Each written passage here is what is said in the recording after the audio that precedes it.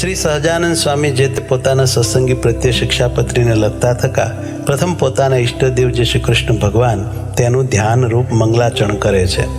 હું જે તે મારા હૃદયને વિશે શ્રી કૃષ્ણ ભગવાનનું ધ્યાન કરું છું તે શ્રી કૃષ્ણ કેવા છે? તો જેના ડાબા પડખાને વિશે રાધિકાજી રહ્યા છે અને જેના વક્ષસ્થળને વિશે લક્ષ્મીજી રહ્યા છે અને વૃંદાવનને વિશે વિહારના કરનારા છે અને વૃત્તાલય ગામને વિશે રહ્યા એવા જે સહજાનંદ સ્વામીજી અમે જે તે નાના પ્રકારના જે સર્વે દેશ તેમને વિશે રહ્યા એવા જે અમારા આશ્રિત સર્વે સત્સંગી તેમને ઉદ્દેશીને શિક્ષાપત્રીને લખીએ છીએ.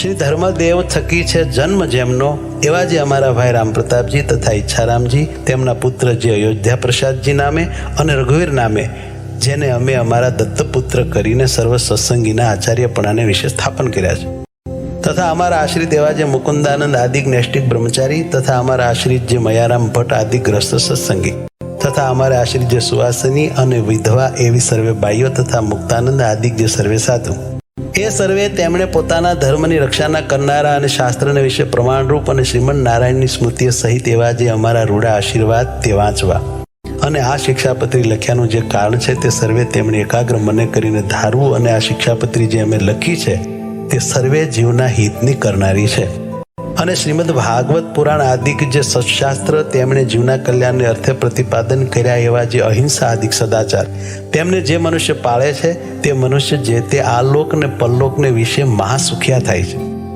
અને તે સદાચારનું ઉલ્લંઘન કરીને જે મનુષ્ય પોતાના મનમાં આવે એમ વર્તે છે તે તો કુબુદ્ધિવાળા છે અને આલોક ને પરલોકને વિશે નિશ્ચય મોટા કષ્ટને જ પામે છે. તે માટે અમારા શિષ્ય એવા જે તમે સર્વે તેમણે તો પ્રીતિય કરીને આ શિક્ષાપત્રીને અનુસરીને જ નિરંતર સાવધાનપણે વર્તવું પણ આ શિક્ષાપત્રીનું ઉલ્લંઘન કરીને વર્તવું નહીં. હવે તે વર્ત્યાની રીત કહીએ છીએ જે અમારા જે સર્વે સત્સંગી તેમણે કોઈ જીવ પ્રાણી માત્રની પણ હિંસા ન કરવી અને જાણીને તો ઝીણા એવા જૂ માકડ ચાંચડ આદિક જીવ તેમની પણ હિંસા ક્યારેય ન કરવી અને દેવતા અને પિતૃ તેના યજ્ઞને અર્થે પણ બકરા મૃગલા સસલા માછલા આદિ જે કોઈ જીવની હિંસા ન કરવી કેમ જે અહિંસા છે એ જ મોટો ધર્મ છે એમ સર્વશાસ્ત્રમાં કહ્યું છે.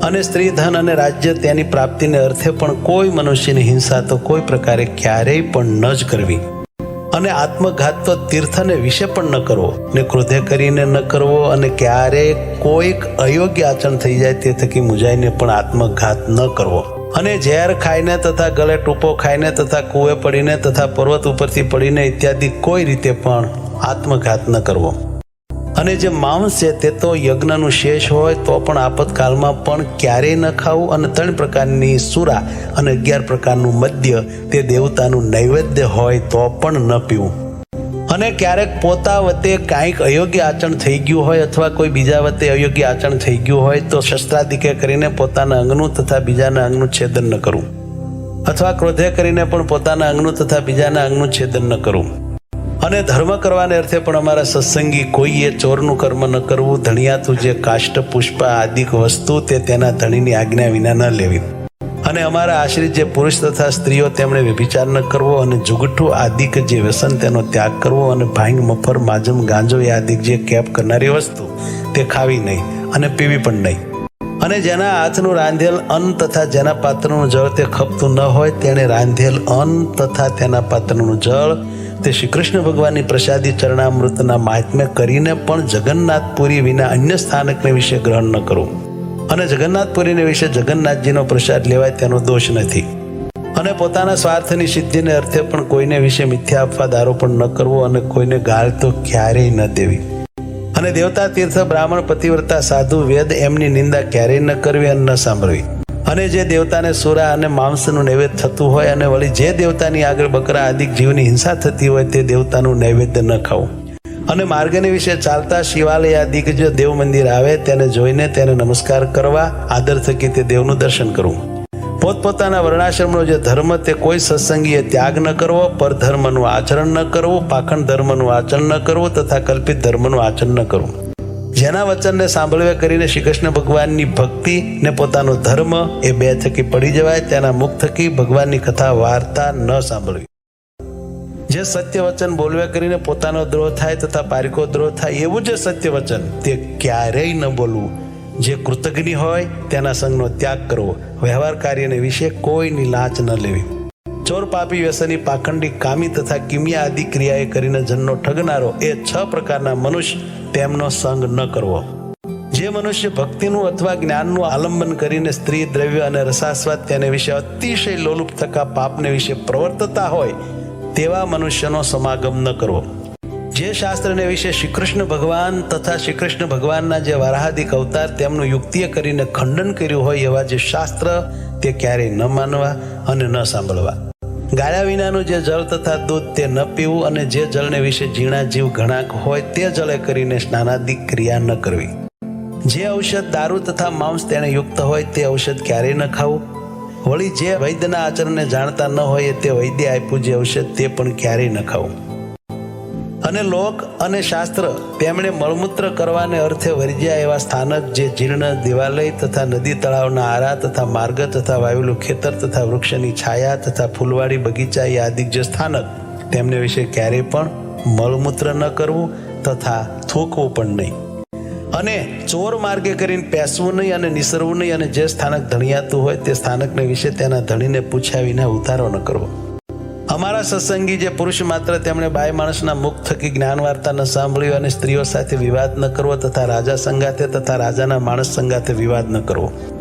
ગુરુનું અપમાન ન કરવું તથા જે અતિશય શ્રેષ્ઠ મનુષ્ય હોય તથા જે લોકને વિશે પ્રતિષ્ઠિત મનુષ્ય હોય તથા જે વિદ્વાન હોય તથા જે શસ્ત્રધારી મનુષ્ય હોય તે સર્વેનું અપમાન ન કરવું.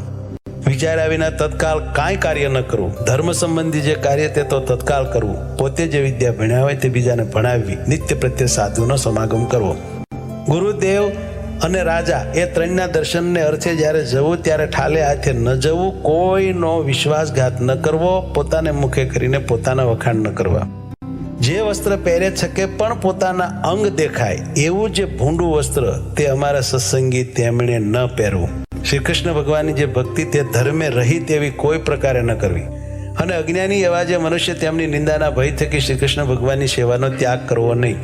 અને ઉત્સવના દિવસને વિશે તથા નિત્ય પ્રત્યે શ્રી કૃષ્ણના મંદિરમાં આવ્યા એવા જે સત્સંગી પુરુષ તેમણે તે મંદિરને વિશે સ્ત્રીઓનો સ્પર્શ ન કરવો તથા સ્ત્રીઓએ પુરુષનો સ્પર્શ ન કરવો. અને મંદિરમાંથી નીકળ્યા પછી પોતપોતાની રીતે વર્તવું.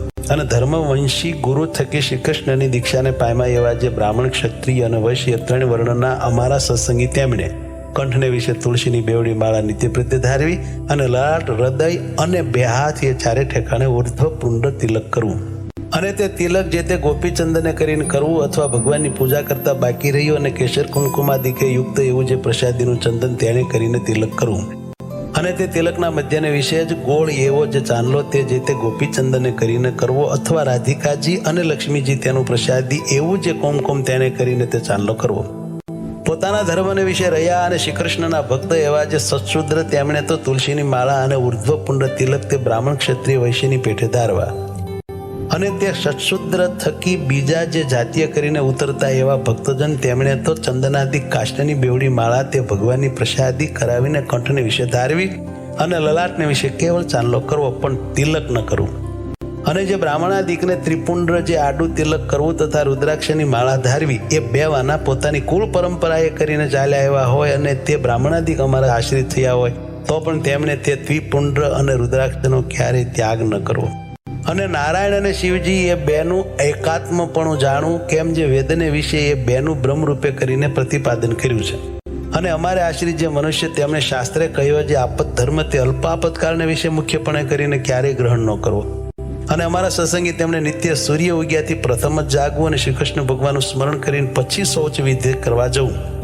પછી એક સ્થાનકને વિશે બેસી દાતન કરવું, પછી પવિત્ર જળે કરીને સ્નાન કરવું, પછી ધોયેલું વસ્ત્ર એક પહેરવું અને એક ઓઢવું અને તે વાર પછી પવિત્ર પૃથ્વીને વિશે પાથર્યું અને શુદ્ધ ને કોઈ બીજા આસનને અડ્યું ન હોય અને જે ઉપર સારી પેઠે બેસાય એવું જે આસન તેને વિશે પૂર્વમુખે અથવા ઉત્તરમુખે બેસીને આચમન કરવું. પછી સત્સંગી પુરુષ માત્રને ચાંદલે સહિત ઉર્ધ્વ પુંડ તિલક કરવું. અને સુવાસીની જે સ્ત્રીઓ તેમણે તો પોતાના ભાલને વિશે કુમકુમનો ચાંદલો કરવો. અને તે વિધવા સ્ત્રીઓએ પોતાના ભાલને વિશે તિલક ન કરવું અને ચાંદલો પણ ન કરવો. અને તે પછી તે સર્વ જે અમારા સત્સંગી તેમણે મને કરીને કલ્પ્યા જે ચંદન પુષ્પાદિક ઉપચાર તેમણે કરીને શ્રી કૃષ્ણ ભગવાનની માનસી પૂજા કરવી.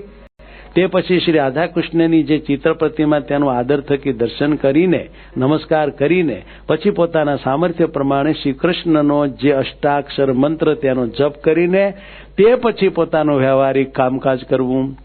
અને જે અમારા સત્સંગીમાં અમરીશ રાજાની પેઠે આત્મનિવેદી એવા ઉત્તમ ભક્ત હોય તેમણે પણ પ્રથમ કહ્યું એવી રીતે અનુક્રમે કરીને માનસી પૂજા પર્યંત સર્વે ક્રિયા કરવી. આત્મનિવેદી ભક્ત તેમણે પાષાણની અથવા ધાતુની જે શ્રીકૃષ્ણ ભગવાનની પ્રતિમા અથવા શાલિગ્રામ તેની જે પૂજા તે દેશકાળને અનુસરીને પોતાના સામર્થ્ય પ્રમાણે પ્રાપ્ત થયા જે ચંદન પુષ્પ ફળાદિક વસ્તુ તેને કરીને કરવી અને પછી શ્રીકૃષ્ણ ભગવાનનો જે અષ્ટાક્ષર મંત્ર તેનો જપ કરવો. તે પછી શ્રીકૃષ્ણ ભગવાનના જે સ્તોત્ર અથવા ગ્રંથ તેનો જે પાઠ તે પોતાના સામર્થ્ય પ્રમાણે કરવો. જે સંસ્કૃત ન ભણ્યા હોય તેમણે શ્રીકૃષ્ણ ભગવાનનું નામ સંકીર્તન કરવું. પછી શ્રીકૃષ્ણ ભગવાનને નૈવેદ્ય કરીને પછી તે પ્રસાદી એવું જે અન્ન તે જમવું અને આત્મનિવેદી વૈષ્ણવ તેમણે સર્વકાળને વિશે પ્રીતિય કરીને શ્રીકૃષ્ણ ભગવાનની સેવા પરાયણ થવું. અને નિર્ગુણ કહેતા માયાના જે સત્વાદિક 3 ગુણ તેને રહિત એવા જે શ્રીકૃષ્ણ ભગવાન તેના સંબંધ થકી તે આત્મનિવેદી ભક્તની જે સર્વે ક્રિયા તે નિર્ગુણ થાય છે. તે હેતુ માટે તે આત્મનિવેદી ભક્તને નિર્ગુણ કહ્યા છે. આત્મનિવેદી ભક્ત તેમણે શ્રીકૃષ્ણ ભગવાનને અર્પણ કર્યા વિનાનું જળ પણ ક્યારેય ન પીવું ને પત્ર કંદ ફળાદિક જે વસ્તુ તે પણ શ્રીકૃષ્ણ ભગવાનને અર્પણ કર્યા વિનાનું ન ખાવું. સર્વે જે અમારા સત્સંગી તેમણે વૃદ્ધપણા થકી અથવા કોઈ મોટા આપતકાળે કરીને અસમર્થપણું થઈ ગયે છે તે પોતે સેવવાનું જે શ્રીકૃષ્ણ ભગવાનનું સ્વરૂપ તે બીજા ભક્તને આપીને પોતે પોતાના સામર્થ્ય પ્રમાણે વર્તો. શ્રીકૃષ્ણનું સ્વરૂપ પોતાને સેવાને અર્થે ધર્મવંશના જે આચાર્ય તેમણે જ આપ્યું હોય અથવા તે આચાર્ય જે સ્વરૂપની પ્રતિષ્ઠા કરી હોય એ જ સ્વરૂપને સેવવું અને તે વિના બીજું જે શ્રીકૃષ્ણનું સ્વરૂપ તે તો નમસ્કાર કરવા યોગ્ય છે પણ સેવા યોગ્ય નથી. અમારા સર્વે સત્સંગી તેમણે નિત્ય પ્રત્યે સાયંકાળે ભગવાનના મંદિર પ્રત્યે જવું. તે મંદિરને વિશે શ્રી રાધિકાજીના પતિ એવા જે શ્રીકૃષ્ણ ભગવાન તેના નામનું ઉચ્ચ સ્વરે કરીને કીર્તન કરવું. શ્રીકૃષ્ણની કથા વાર્તા તે પરમ આદર થકી કરવીને સાંભળવી અને ઉત્સવને દિવસે વાજિંત્રે સહિત શ્રીકૃષ્ણના કીર્તન કરવા. અમારા આશ્રિત સર્વે સત્સંગી તેમણે જે પ્રકારે પૂર્વ કહ્યું એ પ્રકારે કરીને જ નિત્ય પ્રત્યે કરવું અને સંસ્કૃત અને પ્રાકૃત એવા જે સદગ્રંથ તેમનો અભ્યાસ પણ પોતાની બુદ્ધિને અનુસારે કરવો. જે મનુષ્ય જેવા ગુણે કરીને યુક્ત હોય તે મનુષ્યને તેવા કાર્યને વિશે વિચારીને જ પ્રેરવો, પણ જે કાર્યને વિશે જે યોગ્ય ન હોય તે કાર્યને વિશે તેને ક્યારેય ન પ્રેરવો.